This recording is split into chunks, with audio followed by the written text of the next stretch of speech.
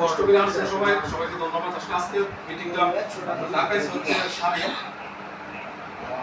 আমাদের বাজারে কিছু কথাবার্তা ছিল যেগুলো আমরা বলতে পারি না। আসলে যাওয়ার সামনে আমরা আবার যখন মিটিং করবো ওই কথাগুলো বলবো। তো বাজারে কিছু সমস্যা আছে যেগুলো হচ্ছে চাঁদার ব্যাপারে অনেক দোকানদার চাঁদা দেয় না, অনেক চাঁদা জমা আছে, অনেকের অনেক মার্জার চাঁদা জমা আছে, অনেক বিষয়গুলো আছে। আবার আমরা চেষ্টা করছিলাম একজন নতুন অতিরিক্ত ভাড়াদার নিয়োগ দেওয়ার জন্য, এটা যখন পদক্ষেপ নিয়েছিলাম কিন্তু পরবর্তীতে পারে। যাই হোক এগুলো আমরা সামনে সমাধান করার চেষ্টা করবো। আসলে আমি যত বড় চাকরি করি, আমি প্রধানমন্ত্রী হতে পারি, হেডমাস্টার হতে পারি, প্রিন্সিপাল হতে পারি, কিন্তু আমি কিন্তু গ্যারান্টি দিতে পারি না যে আমি বেহেশতে যাব। গ্যারান্টি দিতে পারি, কিন্তু আল্লাহ তাআলা বলছে যে যারা সৎ ব্যবসায়ী তাদেরকে আল্লাহ শহীদদের সাথে জান্নাতে নিয়ে যাবে। যারা সৎ ব্যবসায়ী, তাহলে আমরা এখানে যারা পড়ছি মোটামুটি সবাই ব্যবসায়ী, সবাই ছোটখাটো হলো ব্যবসায়ী। তো আমরা সততার মধ্যে থেকে ব্যবসা করার চেষ্টা করবো। আমরা অতি মুনাফাখোর যারা আছে তারা কিন্তু জান্নাতে যাবে না।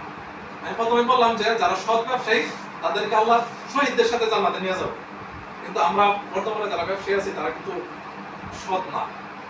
আমরা যারা পণ্ডিত পাড়াতে ব্যবসা করি আমরা চেষ্টা করবো একটু সততার সহিত ব্যবসা করার জন্য, এবং যারা কাস্টমার আছে কাস্টমারকে আকৃষ্ট করার অনেক সিস্টেম আছে। যারা ব্যবসা করে তারা অবশ্যই জানেন যে কাস্টমারকে কিভাবে আমরা আকৃষ্ট করতে পারি। আকৃষ্ট করার হচ্ছে কাস্টমারের কিছু সুযোগ সুবিধা দিতে হয়। এখন দেখা যাচ্ছে আমরা যে কথাগুলো বললাম যে পণ্ডিত পাড়া আসলে কিন্তু আমরা এই সুযোগ সুবিধাগুলো পাই না। বিশেষ করে যদি আমরা খুচরা মাল কিনতে যাই, একটা দুটা কিনলাম, ফলাফল দুটা তিনটা আইটেম কিনলাম, কিন্তু এখানে আমরা কোনো ছাড় পাই না। কোনো কোনো দোকানে হয়তো ছাড় দেয়, আমি কোনো কোনো দোকান থেকে কিনলে ছাড় পাই, কিন্তু অনেক দোকানে ছাড় দেয় না। এরা বলে খালি আমি তো লাভ হয় না। কিন্তু লাভ যায় না এই মালটা আমি কিন্তু অন্য জায়গায় থেকে কমে কিনতে পারি। মনে করেন মূল্য আসে 65 টাকা, আমি অন্য জায়গায় থেকে 60 টাকা কিনতে পারি, কিন্তু অনেক পাড়া কিনলে হায় হায় 65 টাকার কম লাভ হয় না। বিশেষ করে ওষুধের দোকানে পণ্ডিত পাড়াতে কিনলে এই সমস্যাটা বেশি হয়। দেখলাম তো যে ওষুধের দোকানগুলো আছে তার নাকি মূল্যের চেয়ে কম বেশি লাভই হয় না। অথচ আমি অন্য কোনো জায়গায় থেকে ওষুধ কিনলে 8 থেকে 9% লেসে কিনতে পারি। এর পণ্ডিত পাড়াতে আমি একটু বাইরে যাই, তারা মেয়েতে যায় বা ওখানে বাজার যায় 8 থেকে 9% লেস। 8 থেকে 9% লেস তো বুঝতে নয়। 100 টাকার মাল কিনলে আমি কমপক্ষে 9 টাকা কম দিতে হবে, 10 টাকা কম দিতে হবে। কিন্তু পণ্ডিত পাড়া দেওয়া যায়, তারা বলে কি লাভ হয় না। তাহলে আমি হচ্ছে ব্যবসায়ীদের কাছে একটা মানে বিনীত অনুরোধ করবো যে আপনারা যে ব্যবসা করবেন সততার সহিত ব্যবসা করেন, এবং মালের মধ্যে কিছু ছাড় দিয়ে, দামের মধ্যে কিছু ছাড় দিয়ে, তাহলে ইনশাল্লাহ আমি মনে করি যে কাস্টমারও পাবেন। আর মাল যত সম্ভব চেষ্টা করবেন যে একটা দোকানের মধ্যে যেন মানে সর্বোচ্চ মালামাল রাখা যায়, তাইলে আমরা কাস্টমার আসবো এবং ভালো মালামাল রাখা যায়। আরেকটা সমস্যা হচ্ছে ভালো মালামাল আমরা পাই না। একটা প্যাকেটের কোনো চিনির জন্য আসলে চিনি পাওয়া যায়, প্যাকেট চিনি পাওয়া যায় না। প্যাকেট আটার জন্য আসলে পাওয়া যায় না, প্যাকেট অন্য কিছুর জন্য আসলে পাওয়া যায় না। কিন্তু এই মালগুলো রাখলে কি ব্যবসা হয় না? অনেকে বলে এগুলো রাখলে ব্যবসা হয় না। আমি যেমন ওই যে নির্মলকার একটা ছোট ভাই আছে, ওনার দোকানে প্যাকেটের যখন মুড়ি চাইতাম পাওয়া যায়। মুড়ি বলতেও ওই যে হয় ফ্রেশের অথবা বসুন্ধরা অথবা পানের মুড়িগুলো আছে, রাখা চলে না। এটাই খেতে চলে না, না চলে। এখন বর্তমানে ফ্রেশের মুড়ি রাখে, আমি দেখছি মোটামুটি ভালো চলে। যে মুড়িটার দাম হচ্ছে আধা কেজি মুড়ির দাম 65 টাকা, আর কোনো আধা কেজি মুড়ির দাম 40 টাকা হলে নেওয়া যায়।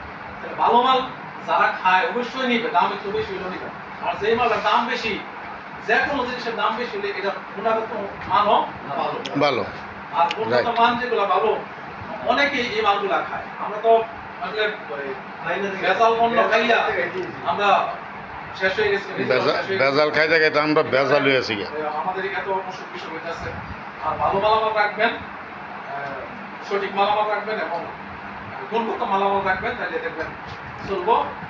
আর যারা কাস্টমার আছে তাদের কাছে তাদের সাথে একটু সদ্ব্যবহার করবেন, আবার তাদের একটু ছাড় দেবেন, এটা আমার অনুরোধ। আবার ধন্যবাদ জানাচ্ছি সবাই এখানে আসার জন্য। আমরা আবার যখন আসবো আমরা আবার যখন ডাকবো আপনাদেরকে সাড়া দেবেন। আর হচ্ছে আমরা ডাকলে পাই না। দেখেন আমরা আজকে মিটিং রাখছিলাম 9টায়, কিন্তু 9টায় আমরা কাউরে পাই না, হয়তো 9:30টার পরে আসছি। সময়গুলো মেনটেন করার চেষ্টা করবো। আমি যে কোনো জায়গায় গেলে সময় মেনটেন করার চেষ্টা করি। আমি যদি কাউকে বলি যে আমি সকাল 7টায় যাবো, কেন কখনো 7টা 2 মিনিট আগে যাওয়ার চেষ্টা করি, 5 মিনিট আগে যাওয়ার চেষ্টা করি। এই জিনিসগুলা সবাই অন্তত পরিবারে হোক অথবা যে কোনো জায়গায় হোক এগুলা মেনটেন করার চেষ্টা করবো। সেটা সময় এবং ওয়াদা কারণ ওয়াদা দিলে ওয়াদাটা রাখার চেষ্টা করবেন। আমার জীবন আসলে ওয়াদা খুব কম ভঙ্গ হয়েছে, করছি কিনা জানি না, হয়তো ভুল বছর যদি করে থাকি করছি আছে, কিন্তু তাহলে ওয়াদা দিলে ভালো করার চেষ্টা করি, সময় মেনটেন করার চেষ্টা করি। আপনারাও এই জিনিসগুলা মেনটেন করার চেষ্টা করবেন, তাহলে দেখবেন আপনারা দেখা আপনার সন্তানরাও শিখবে এবং তারও সমানুপাতিত হইব এবং নিয়মাবলীটা মেনে চলার চেষ্টা করবো। এই বলে আমি শেষ করছি। সকলকে ধন্যবাদ। আসসালামু আলাইকুম। ওয়ালাইকুম আসসালাম রহমতুল্লাহ বারকাত।